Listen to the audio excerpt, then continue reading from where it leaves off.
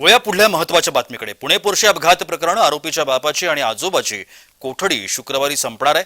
विशाल आणि सुरेंद्र अग्रवाल यांना न्यायालयात हजर केलं जाणार आहे। कल्याणनगर अपघात प्रकरणामध्ये अल्पवयीन आरोपीच्या वडील आणि आजोबाची पोलीस कोठडी शुक्रवारी संपते।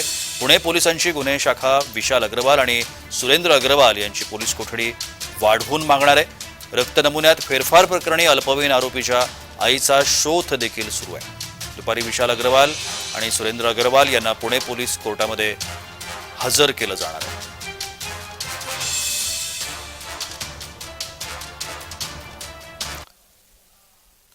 आपण या संदर्भात अधिक माहिती घेऊया। आमचे पुण्याचे प्रतिनिधी अजिंक्य धायगुडे आता आपल्या सोबत आहेत। अजिंक्य, आता आपण या प्रकरणी अनेक ज्या काही अपडेट्स घडत होत्या आतापर्यंतच्या त्या आपण बघितलेल्या आहेत। आता सगळ्यात महत्त्वाचा टप्पा येणार आहे तो म्हणजे पोलीस कोठडी वाढणार आहे का, आणि या मध्ये जो तपास यंत्रणांचा शोध आहे तो प्रगती करतोय का?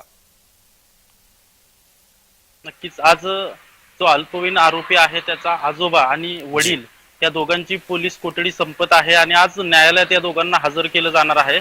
पुणे पोलिसांची गुन्हे शाखा आहे ती या दोघांची 7 दिवसाची पोलीस कोठडी जी आहे ती वाढवून मागणार आहेत, कारण की या गुन्ह्यातील जो महत्त्वाचा तपास आहे, जर रक्त चाचणीमध्ये फेरफार झाला होता खरं तर त्यानंतर डॉक्टरांना अटक केली होती, परंतु बदलून दिलेलं रक्त कोणाचं हा कळीचा मुद्दा अजून बाकी आहे आणि या सर्वाचा तपास करण्यासाठी पुणे पोलिसांना या दोघांची कोठडी वाढवून मागावी लागणार आहे।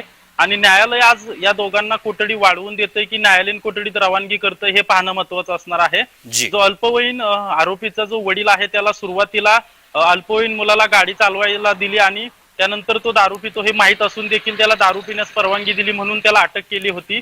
त्यानंतर त्याची रवानगी जी आहे ती न्यायालयीन कोठडी झाली होती, परंतु त्या गाडीचा मूळ गाडीचा जो चालक होता त्याला धमकावल्या प्रकरणी आणि त्याचं अपहरण केल्या प्रकरणी पुन्हा एकदा सुरेंद्र अग्रवाल आणि विशाल अग्रवाल यांना पोलिसांनी ताब्यात घेतलं होतं आणि त्यावेळेस न्यायालयाने त्यांना कोठडी सुनावली होती। तेच कोठडी आज संपते आणि पुढील तपासासाठी पुणे पोलिसांना या दोघांचा आणखी ताबा मिळणं आवश्यक आहे आणि या प्रक्रियेत आज न्यायालय काय निर्णय देतं हे पाहणं महत्त्वाचं असणार आहे।